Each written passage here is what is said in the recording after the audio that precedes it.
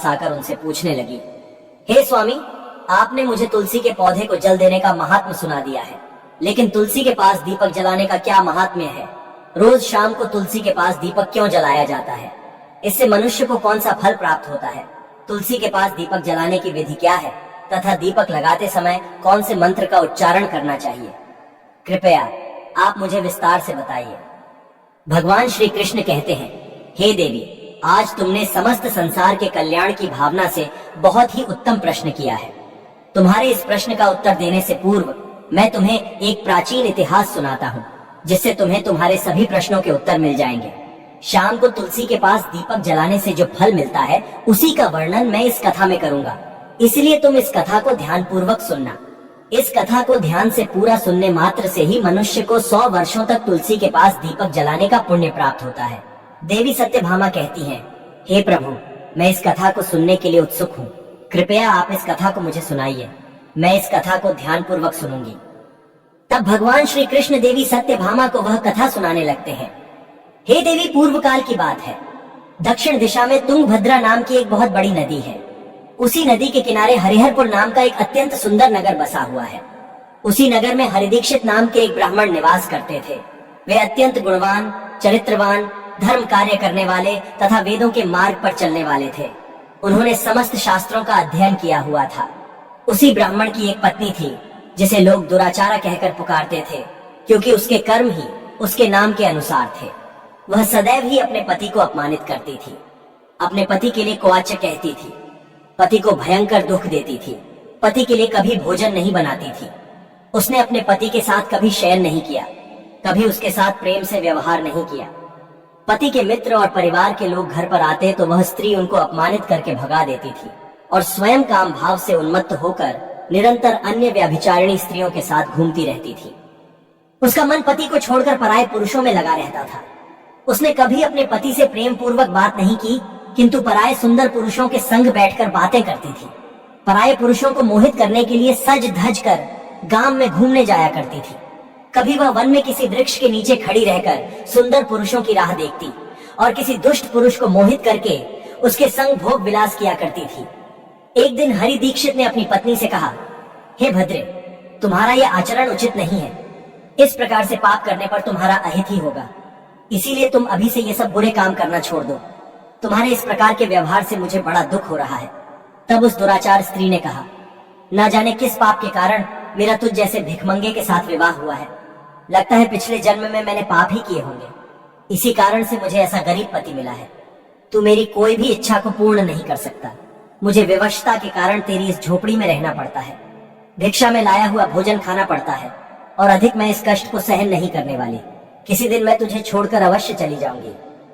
तेरे साथ रहूंगी तो इस जन्म में भी मेरे द्वारा पाप ही होंगे, इसलिए अब मैं किसी अन्य धनवान पुरुष से विवाह करूंगी।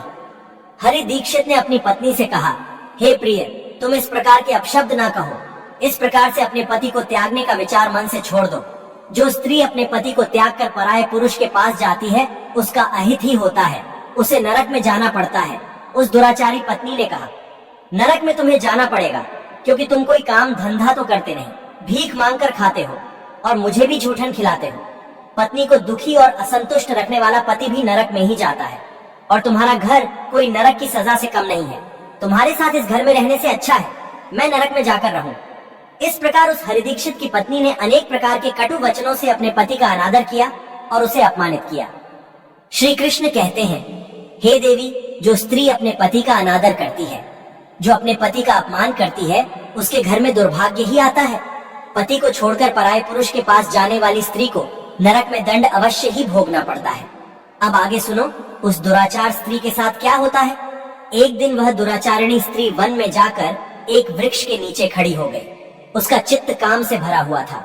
वह किसी सुंदर कामी पुरुष की राह देख रही थी, किंतु बहुत समय बीतने के बाद भी उस स्थान पर कोई पुरुष नहीं आया।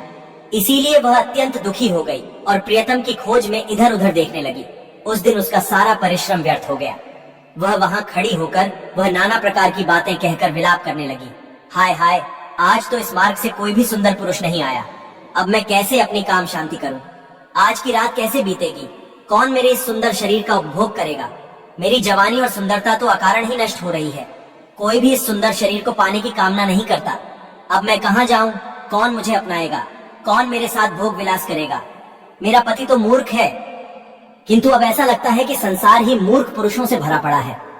कोई भी इतनी सुंदर स्त्री को पाने की कामना नहीं कर रहा है। मैं तो इतनी सुंदर हूं कि देवता भी मुझे पाने की इच्छा करेंगे, लेकिन यह संसार तो पापी और तुच्छ पुरुषों से भरा पड़ा है, जो मुझ अप्सरा जैसी सुंदर स्त्री को दुर्लक्ष्य कर रहा है। हे भगवान, कोई सुंदर, बलवान और पराक्रमी नर हो तो उसे मेरे पास भेजिए। चाहे वह मेरा भक्षण भी कर लेगा तो भी मैं प्रसन्नता से उसका आलिंगन कर लूंगी।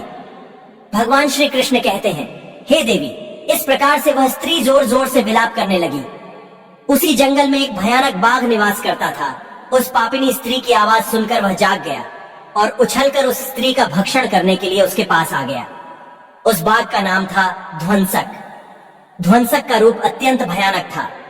उसका शरीर काले और नारंगी धारियों से युक्त था। जो जंगल की छाया में घुल मिल जाता था, उसकी आंखें अंगारे की तरह लाल थी, जो अंधेरे में भी चमकती थी। उसके जबड़े से लंबे तीक्ष्ण दांत बाहर निकले हुए थे, जो किसी भी जीव को चीरने के लिए पर्याप्त थे। उसकी गहरी गर्जना पूरे वन में गूंजती थी, जिससे आसपास के जीव कांप उठते थे।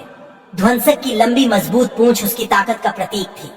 वह अपनी मांसल बलिष्ठ टांगों से जंगल में तेजी से दौड़ सकता था। ध्वंसक का पूरा शरीर शक्तिशाली मांसपेशियों से भरा हुआ था, जिससे वह एक ही झपट्टे में अपने शिकार को धराशायी कर सकता था। उसकी नाक से बार बार गर्म सांसें निकलती, मानो वह हर पल अपने अगले शिकार की तलाश में हो। ध्वंसक का एकमात्र लक्ष्य उन पापी और दुराचारी लोगों का भक्षण करना था, जिन्हें उसकी नियति ने उसे सौंपा था। उस भयंकर बाघ को अपने सामने खड़ा हुआ देखकर उस स्त्री के पसीने छूटने लगे। वह भय से थर थर कांपने लगी। वह स्त्री कुछ करती, इतने में ही उस बाघ ने अपने पंजे से उसे घायल कर दिया और वह स्त्री जमीन पर गिर पड़ी। जमीन पर गिरते ही वह स्त्री चिल्लाते हुए बोली, अरे बाघ, तू किस लिए यहाँ पर आया है? मुझे क्यों मार रहा है? मैं यहाँ पर अपने प्रियतम को खोज रही थी। तू मुझे छोड़ दे। मेरा भक्षण करके तुझे क्या मिलेगा? उस स्त्री की यह बात सुनकर वह भयानक बाघ क्षण भर के लिए रुक गया और हंसते हुए बोला, हे दुष्टा, आज विधाता ने तुझे मेरा ग्रास नियुक्त किया है। तुझ जैसी पापिनी स्त्रियों का भक्षण करना ही मेरा काम है, तभी मुझे इस शरीर से मुक्ति मिलेगी। वह स्त्री कहने लगी, हे बाघ, तुम कौन हो? मुझे सच सच बताओ, तुम्हें किस कारण से बाघ होना पड़ा और तुम मुझ जैसी स्त्रियों का भक्षण क्यों करते हो? पहले मुझे सारी बात बताओ और फिर मेरा भक्षण करो। फिर ध्वंसक नाम का वह बाघ कहने लगा, हे पापिनी, मैं तुम्हें मेरे पूर्व जन्म का वृतांत सुनाता हूँ कि किस कारण से मुझे बाघ होना पड़ा। पूर्व काल में दक्षिण देश में अमलापाहा नाम की एक पवित्र नदी बहती थी। उसी नदी के तट पर मुनिपर्णा नाम की एक नगरी बसी हुई थी। ये नगरी अपने सुंदर मंदिरों, शांत वातावरण और धार्मिक अनुष्ठानों के लिए प्रसिद्ध थी। वहाँ एक ब्राह्मण का परिवार निवास करता था। मैं उस परिवार में जन्मा था। मेरा नाम वेदानंद था। मेरे पिता एक आदर्श ब्राह्मण थे, जो यज्ञ, हवन और धार्मिक अनुष्ठानों का पालन करते थे। उस बाघ ने आगे कहा, हे स्त्री, मैंने अपनी किशोरावस्था में वेदों का अध्ययन किया और यज्ञ आदि धार्मिक कार्यों में पारंगत हो गया। लेकिन जैसे जैसे मैं बड़ा हुआ, मेरे मन में धन का लोभ बढ़ता गया। अनेक यज्ञों का आयोजन किया, लेकिन वे यज्ञ धार्मिक उद्देश्य से नहीं, बल्कि धन संग्रह के लिए थे। मैं उन पापियों के लिए भी यज्ञ करता था, जो धर्म से दूर थे, और उनके घर का भोजन करता था। मैंने धन के लोभ में उनके अनैतिक कार्यों का समर्थन भी किया। धर्म के मार्ग से भटकते हुए मैंने उन वस्तुओं का दान भी स्वीकार किया, जिन्हें ब्राह्मण को नहीं लेना चाहिए। मेरा मन इतना लोभी हो गया था कि मैं ऋण के बहाने दूसरों से धन लेता और फिर उसे कभी वापस नहीं करता। मैंने अनेक प्रकार के छलकपट किए और इस प्रकार पाप करते हुए कई वर्ष बीत गए। समय के साथ मेरा शरीर कमजोर हो गया, बाल सफेद हो गए, आंखें धुंधली हो गई और मुंह के दांत गिर गए। परंतु धन का लोभ अब भी मेरे मन से नहीं गया और मैं पाप करता रहा। उस बाघ ने अपने दुख भरे स्वर में आगे कहा, एक दिन धन के लालच में मैं फिर से नदी के किनारे गया। वहां मैंने अन्य धूर्त ब्राह्मणों के साथ मिलकर लोगों को ठगा। हम सभी ने झूठे मंत्रों का उच्चारण किया और बिना विधि विधान के ही देवी देवताओं का पूजन किया। इसका उद्देश्य केवल अधिक से अधिक धन दान में प्राप्त करना था। हमने लोगों को धर्म के नाम पर धोखा दिया। उस दिन मैंने काफी धन एकत्र किया, लेकिन उसी समय मेरे साथ एक भयानक घटना घटी। मैं उसी दिन नदी के तट पर बैठा हुआ था। तभी एक बीमार और भटकता हुआ कुत्ता मेरे पास आया। मैंने उसे दुत्कार कर भगा दिया, लेकिन वह क्रोध में आकर मेरे पैर में काट बैठा। मैं मूर्छित होकर वहीं गिर पड़ा। उसी क्षण मेरे प्राण निकल गए। मेरी मृत्यु के बाद यम के 2 दूत प्रकट हुए। वे काले और भयानक रूप वाले थे और उनके हाथों में जंजीरें थीं। उन्होंने मुझे पकड़ लिया और यमपुरी की ओर ले गए। यमपुरी में मुझे यमराज के सामने खड़ा किया गया। यमराज ने अपने दिव्य सिंहासन से चित्रगुप्त को आदेश दिया कि वे मेरे कर्मों का लेखा जोखा प्रस्तुत करें। चित्रगुप्त ने बड़े ही गंभीर स्वर में कहा, हे धर्मराज, यह ब्राह्मण जिसका नाम वेदानंद था ने अपने जीवन में घोर पाप किए हैं। इसने धर्म के नाम पर लोगों को ठगा, झूठे मंत्रों का उच्चारण कर यज्ञ किया और भगवान का अपमान किया। ये धन के लालच में धर्म से दूर हो गया। इसने कभी भी धर्म का पालन नहीं किया, इसीलिए यह पापी ब्राह्मण नरक जाने के योग्य है। फिर यमराज ने अपने दूतों को आदेश दिया, इस पापी को नरक की अग्नि में डाल दो। ये वहां जाकर अपने कर्मों का फल भोगे। इसके बाद मुझे नरक की भयंकर अग्नि में डाल दिया गया। वर्षों तक मैंने वहां की यातनाएं सहन की। मेरी आत्मा को भयंकर पीड़ा सहनी पड़ी। अनेक वर्षों की सजा के बाद मेरे पापों के कारण मुझे बाघ का शरीर प्राप्त हुआ और मैं इस दुर्गम वन में निवास करने लगा। ध्वंसक ने अपनी कहानी को समाप्त करते हुए कहा, अपने पूर्व जन्म के पापों का प्रायश्चित करते हुए मैंने संकल्प लिया कि मैं कभी भी महात्मा, साधु, पुरुष या सती स्त्रियों का भक्षण नहीं करूंगा। मैं केवल उन पापियों, दुराचारियों और उल्टा स्त्रियों का ही भक्षण करता हूँ जिन्होंने अपने जीवन में अधर्म के मार्ग पर चलकर दूसरों को दुख दिया है। मुझे विश्वास है कि ऐसा करने से मुझे मेरे पापों से मुक्ति मिलेगी और मैं इस शरीर से जल्द ही मुक्त हो जाऊंगा। श्री कृष्ण कहते हैं, हे देवी, इस प्रकार से उस बाघ ने अपने पूर्व जन्म का वृतांत सुना दिया और उस स्त्री से कहने लगा, हे पापिनी, तेरे आचरण से तू उल्टा दिखाई पड़ती है। अपने पति को छोड़कर तू इस वन में अन्य पुरुषों के साथ भोग विलास करने के लिए आई है, इसलिए आज तू मेरा ग्रास अवश्य बनेगी। इतना कहकर उस बाघ ने अपने तीक्ष्ण नाखूनों से उस पापी स्त्री को मारकर उसे खा लिया और फिर वह बाघ उस स्थान से चला गया। उस स्त्री की मृत्यु के बाद उस स्थान पर यम के 2 दूत प्रकट हुए और उस पापिनी स्त्री को उठाकर संयमनीपुरी में ले गए। वहां पर उसे यमराज के सामने खड़ा किया गया। फिर चित्रगुप्त ने उस स्त्री का लेखा जोखा निकालते हुए यमराज से कहने लगे, हे धर्मराज, यह स्त्री तो अत्यंत पापिनी है। इसने घोर पाप किए हैं। इसने व्यभिचार किया है। इसने अपने पति की कभी सेवा नहीं की। अपने पति को भूलकर पराये पुरुषों के संग भोग विलास किया करती थी।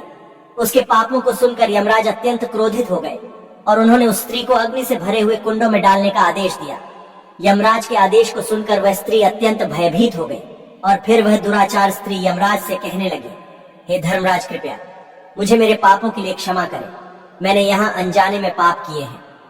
कृपया मुझे प्रायश्चित का अवसर प्रदान करें। यमराज कहते हैं, हे स्त्री, तुमने जो पाप किए हैं वे निंदनीय है। तुम्हारे पापों के लिए कोई प्रायश्चित नहीं है। जो स्त्री अपने पति का त्याग करती है, अपने पति को छोड़कर पराये पुरुष के संग विहार करती है, उसे निश्चित ही नरक में जाना पड़ता है। इसीलिए अब तुम्हें नरक की यातनाएं भोगनी ही पड़ेगी। फिर यमराज ने अपने दूतों से कहा, हे दूतों, इस पापी स्त्री को ले जाओ और इसे भयंकर नरकों में डाल दो। यह उसी के योग्य है। फिर यम के दूत उस स्त्री को नरक में ले जाते हैं। फिर अनेक वर्षों तक उसे जलते हुए तेल के कुंड में पकाया गया। फिर उसे निकालकर रोरव नामक नरक में डाल दिया गया। इस प्रकार से उसे अनेक वर्षों तक अलग अलग नरकों में डाला गया। नरक में कष्ट भोगने के बाद वह महापापिन स्त्री पुनः पृथ्वी लोक पर आकर चांडालिनी के रूप में उत्पन्न हुई। चंडाल के घर में जन्म लेकर वह फिर से अनेक पाप करने लगी, व्यभिचार करने लगी, अनेक पापी पुरुषों के संग विहार करने लगी। फिर कुछ समय बाद पूर्व जन्म के पापों के कारण उसे कोढ़ का रोग हो गया और वह भयानक पीड़ा सहन करने लगी। उसका अंग अंग जलने लगा, उसके नेत्रों में पीड़ा होने लगी। इस दुख को सहन करती हुई वह दिन बिताने लगी। फिर एक दिन वह तीर्थ में स्नान करने के उद्देश्य से अंतपुर में चली गई। वहां पर वह एक आश्रम के बाहर निवास करने लगी। उस आश्रम में एक तुलसी का पौधा था। अन्य स्त्रियों को वहां पर तुलसी के पास दीपक जलाते हुए देखकर उस पापी स्त्री को बड़ा आश्चर्य हुआ। फिर एक दिन वहां पर निवास करने वाले एक साधु से उस स्त्री ने पूछा, हे साधु महाराज, ये कौन सा पौधा है और यह स्त्रियां इसके नीचे दीपक क्यों जला रही हैं? तब उस साधु ने कहा, हे कल्याणी, यह अत्यंत पवित्र तुलसी का पौधा है। इसके दर्शन करने मात्र से ही संकटों का नाश होता है। इस तुलसी को जल देने से देवी देवताओं की कृपा प्राप्त होती है तथा इस वकित्र पौधे के पास दीपक जलाने से समस्त पाप नष्ट होते हैं। उस साधु की बात सुनकर उस स्त्री को बड़ी प्रसन्नता हुई और उसने साधु से कहा, हे साधु महाराज, यदि कोई अत्यंत पापिनी स्त्री भी इसके पास दीपक जलाएगी तो उसके पाप नष्ट होंगे क्या? वह साधु कहते हैं, हे पुत्री, यह सत्य है। यदि किसी स्त्री ने घोर पाप भी किए हों तब भी उसके पाप नष्ट होते हैं। उसके सभी जन्मों के पाप भी तुलसी के पास दीपक जलाने से नष्ट होते हैं। किंतु हे पुत्री, तुम कौन हो और किस कारण से यह प्रश्न पूछ रही हो? वह स्त्री कहती है, हे साधु महाराज, मैं महापापिनी हूँ। मैंने व्यभिचार किया है तथा अनेक प्रकार के पाप किए हैं। मेरे पापों के कारण ही मेरी ऐसी दुर्दशा हुई है। कृपया मुझे पापों से मुक्ति का उपाय बताइए। साधु कहते हैं, हे पुत्री, अब से तुम नित्य इस तुलसी के पास दीपक जलाओ, तुम्हारे समस्त पाप और दोष समाप्त हो जाएंगे। उस साधु की बात सुनकर उस पापी स्त्री ने भी वही किया। उसने तुलसी के पौधे के पास एक दीपक जला दिया। इस प्रकार से वह स्त्री नित्य उसी स्थान पर तुलसी के पास दीपक जलाने लगी। फिर एक दिन वह स्त्री शाम के समय तुलसी के पास दीपक जलाने लगी तो उसी समय उसका हृदय फटने से उसकी मृत्यु हो गई और वह वहीं जमीन पर पड़ी रही। फिर यमराज के 2 दूत उस स्त्री को यमलोक ले जाने के लिए उस स्थान पर प्रकट हुए। जैसे ही यम के दूत उस पापी स्त्री को पाश में बांध कर ले जाने लगे, भगवान विष्णु के 2 पार्षद उस स्थान पर प्रकट हुए। वे दिव्य पार्षद अत्यंत तेजस्वी और दिव्य आभा से युक्त थे। उनके शरीर से स्वर्णिम प्रकाश की किरणें निकल रही थीं, जो चारों ओर का अंधकार दूर कर देती थीं। उनका रूप इतना मोहक और दिव्य था कि उन्हें देखकर किसी का भी मन श्रद्धा से भर जाता। उनके चेहरे पर शांत मुस्कान थी, जो अपार करुणा और दया का प्रतीक थी। उनके वस्त्र रत्न जड़ित और रेशमी थे, जो नीले और सुनहरे रंग में चमक रहे थे, मानो स्वयं वैकुंठ का सौंदर्य उनके व्यक्तित्व में समाया हो। उनके कानों में सुनहरे कुंडल झूल रहे थे, जिनसे दिव्य संगीत की ध्वनि प्रतीत होती थी। उनके माथे पर तिलक और चमकती हुई बिंदी थी, जो उनकी दिव्यता का सूचक थी। वे दोनों विशाल कद और बलिष्ठ थे। उनके हाथों में दिव्य गदा थी, जो न्याय और धर्म की शक्ति का प्रतीक थी। वे उस स्त्री को अपने दिव्य स्पर्श से मुक्ति का आश्वासन देने आए थे, जिससे उसके सभी पाप नष्ट हो सके और उसे स्वर्ग की यात्रा का अधिकारी बना सके। उन पार्षदों ने यमराज के दूतों को रोक लिया और कहने लगे, हे यमदूतों, इस स्त्री को तुम छोड़ दो। ये स्त्री नरक जाने के योग्य नहीं है। तुम किसके आदेश से ऐसा अधर्म कर रहे हो? फिर यम के दूत कहने लगे, हे पार्षदों, हम यमराज के आदेश से इस पापी स्त्री को उठाकर ले जा रहे हैं, किंतु आप हमें किस कारण से रोक रहे हो? ये स्त्री अत्यंत पापी है, इसे नरक में ले जाने की आज्ञा मिली है। ये सुनकर भगवान विष्णु के पार्षद मुस्कुराए और बोले, हे यमदूतों, तुम सत्य बोलते हो, लेकिन इस स्त्री का एक ऐसा पुण्य भी है जो इसके समस्त पापों को मिटा चुका है। क्या तुमने देखा नहीं कि इसने अपने जीवन में संध्या के समय तुलसी के समीप दीपक जलाया है?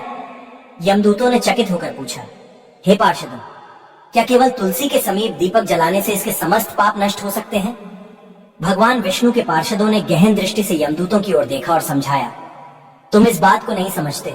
यमदूतों, तुलसी भगवान विष्णु की परम प्रिय है, और जो भक्त श्रद्धा और भक्ति से तुलसी के समीप दीपक जलाता है, वह विष्णु की कृपा का पात्र बन जाता है। संध्या के समय दीपक जलाने का पुण्य अनंत गुना बढ़ जाता है, और ये न केवल उसके पापों को नष्ट करता है, बल्कि उसे स्वर्ग का अधिकारी भी बनाता है। इस स्त्री ने सच्चे मन से तुलसी का पूजन किया और दीपक प्रज्वलित किया है। इसी कारण इसके सारे पाप जलकर राख हो चुके हैं। अब यह नरक जाने के योग्य नहीं है। यमदूतों ने अपने हाथ जोड़कर कहा, हे पार्षदों, आप सत्य कह रहे हैं। हमें इसकी भक्ति के बारे में जानकारी नहीं थी। यदि यह भगवान विष्णु की प्रिय भक्त है, तो इसे हम कैसे नरक ले जा सकते हैं? भगवान विष्णु के पार्षदों ने मधुर स्वर में कहा, इसीलिए हे यमदूतों, अब तुम लौट जाओ। इस स्त्री ने तुलसी की सेवा की है। वह उस दीपक की रोशनी में अपने सारे पापों को भस्म कर चुकी है। अब इसे विष्णु लोक में ले जाया जाएगा, जहाँ इसका स्वागत होगा। यह अब स्वर्ग की अधिकारी बन चुकी है। पार्षदों की बात सुनकर उन यमदूतों ने उस स्त्री को उसी स्थान पर छोड़ दिया और यमलोक लौट गए। वहां जाकर उन्होंने यमराज को सारा वृत्तांत सुना दिया। फिर भगवान विष्णु के पार्षद उस स्त्री को दिव्य विमान में बिठाकर स्वर्गलोक ले गए। भगवान श्री कृष्ण कहते हैं, हे देवी सत्यभामा, इस प्रकार से तुलसी के पास केवल दीपक जलाने मात्र से ही मनुष्य के सभी पाप नष्ट हो जाते हैं। जो स्त्री नित्य शाम को तुलसी के पास दीपक जलाती है, वह सौभाग्यशाली बनती है। उसके पूर्व जन्मों के सभी पाप नष्ट हो जाते हैं। उसे सुख समृद्धि की प्राप्ति होती है।